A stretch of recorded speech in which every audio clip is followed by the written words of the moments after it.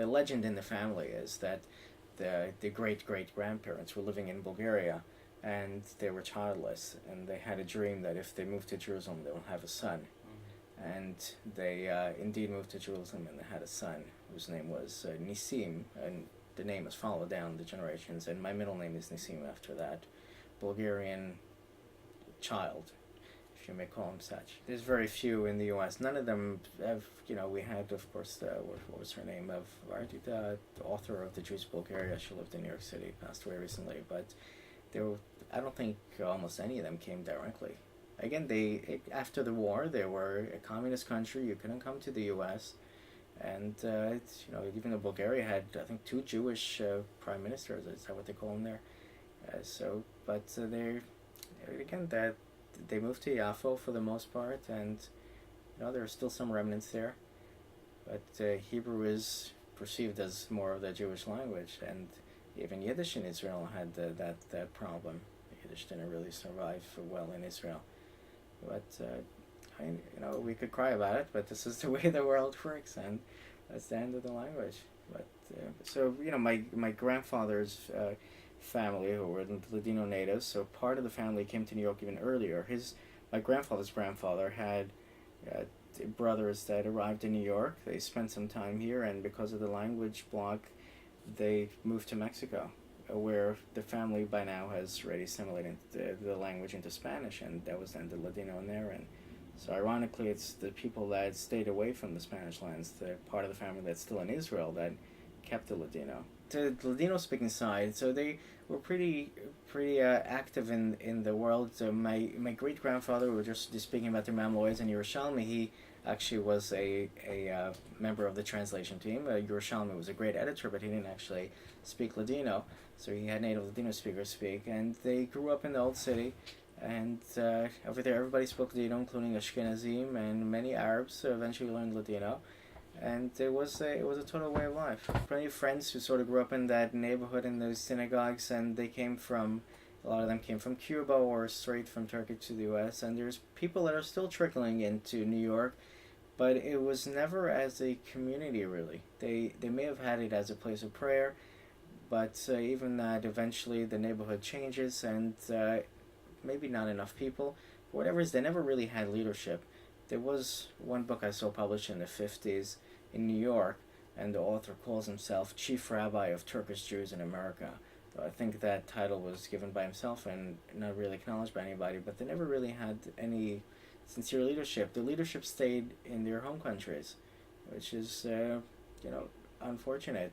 Though they did have some literary figures here in New York, for many reasons they never really organized themselves. And when you don't have your own schools and you don't pray in your own synagogues, the children marry either other Jews or non-Jews, and the language disappears, and the culture and everything that goes along with it. It's a very different way of life. The Yiddish speakers, for example, they lived a more European life. These people, the Ladino language was revolved around coffee cafes, and just the way of life was such a much slower way of life, and in New York was a total just a destruction of that type of way of life and the culture. If they would have ended up immigrating to some Baron de Hirsch farms in New Jersey, it might have ended up differently. But because they came to the big city, that really it wasn't just they gave up their culture too. It wasn't just a language, and of course Ladino was more than a language, it was a culture, and it ended very fast.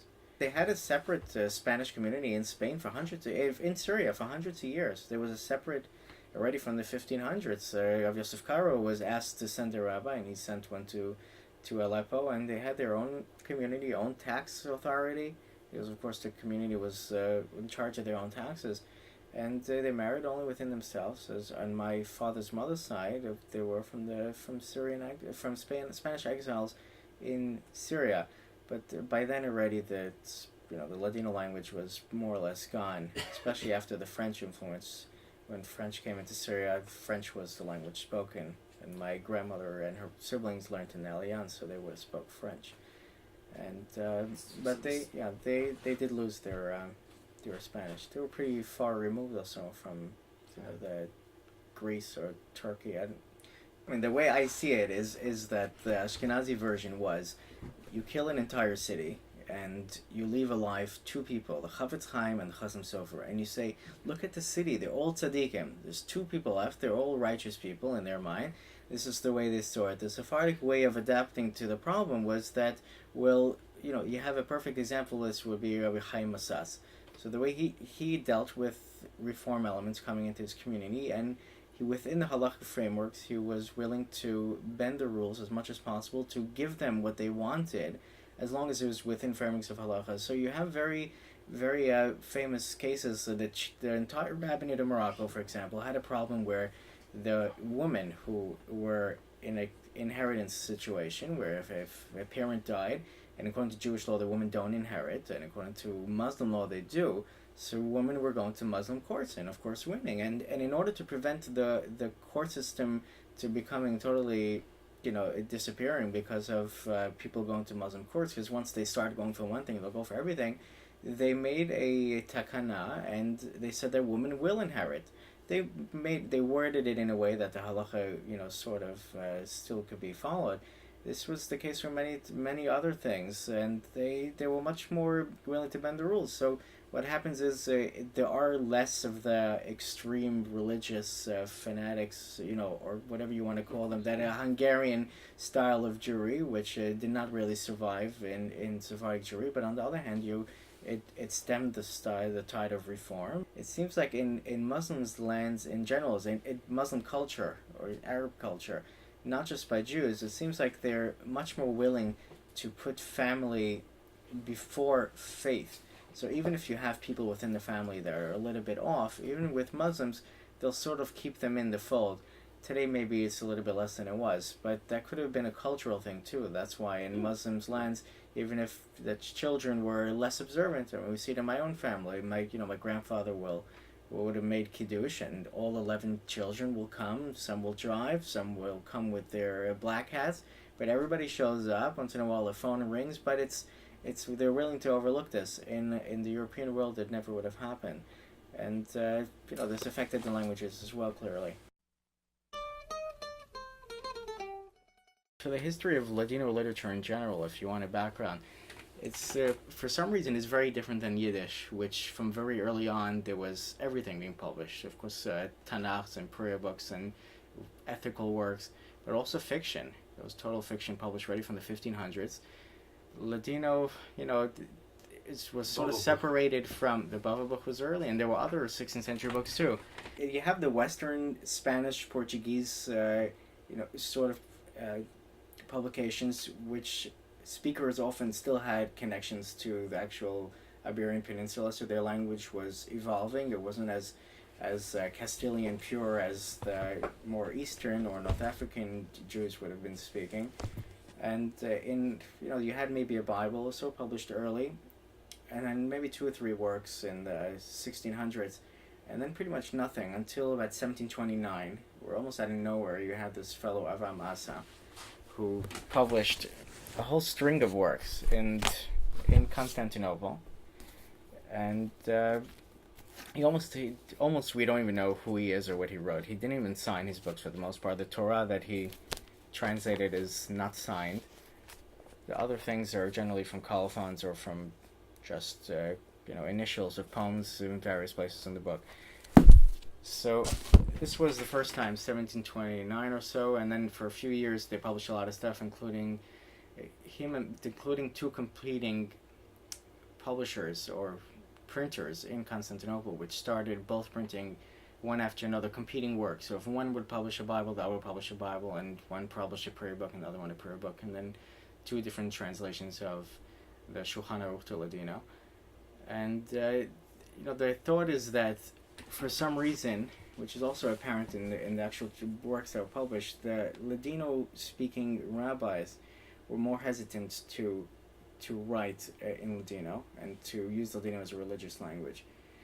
It's not really clear if the reason is because of the sanctity of the Hebrew alphabet, which is generally what was used for Ladino, or if maybe they were more intent on people actually speaking Hebrew. There probably were more people speaking or reading Hebrew. So the argument is always if you teach them in their own vernacular, they'll never have the intent to. This is sort of the reform movement's problem today. Should they have more Hebrew, less Hebrew?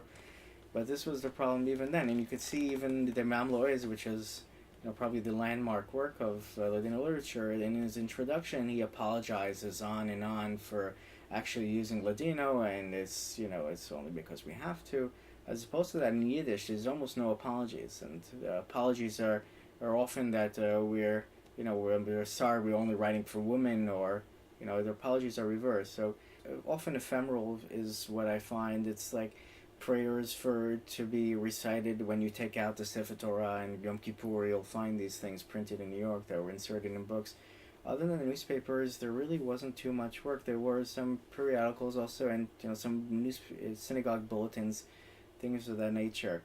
For some reason, the Jews who spoke Ladino in New York and in the U.S. in general, they never got organized. There was never one Jewish school of people that came from Ladino-speaking lands. Even the Turkish Jews, there was tens of thousands in the U.S. In Seattle, they never really organized their own school. They made an attempt. When Chassidim can't come, you have two shuls already. Yeah, this is it's the they didn't have that real I don't know what they didn't have that personality. Seattle are now the best organized. The roads. It's a bit too late. I mean, the language is definitely. But they themselves, they attempted to make a school decades and decades ago, and it fell apart. They had a bigger urge to assimilate, and they didn't view Ladino as nostalgically as we do today. And for them, it was just a stumbling block in becoming assimilated and succeeding. So, they spoke Ladino, but not. It was a symbol of not being assimilated, not just a stumbling block. Yeah, a stumbling block and a symbol. Yeah.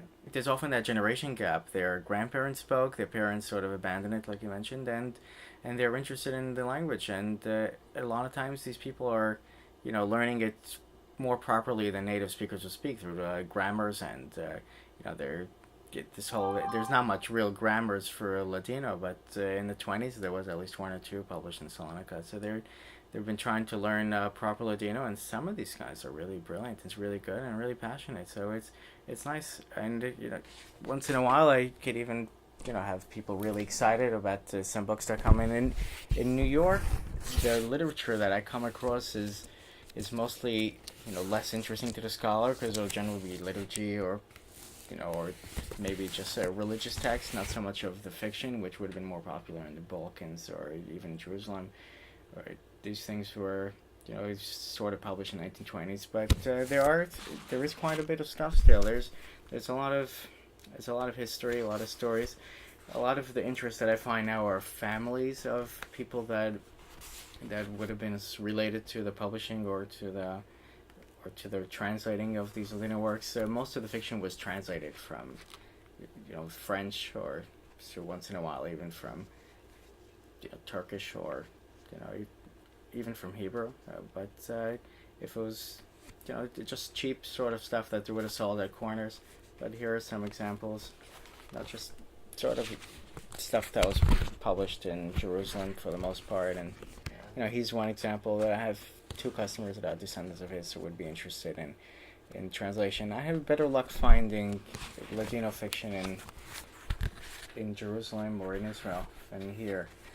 But you never know where you find things. I picked up some books very locally here from some woman whose father was the last gabbai of a Turkish synagogue in New Haven, and it's totally gone by now. Decades ago, it's already closed.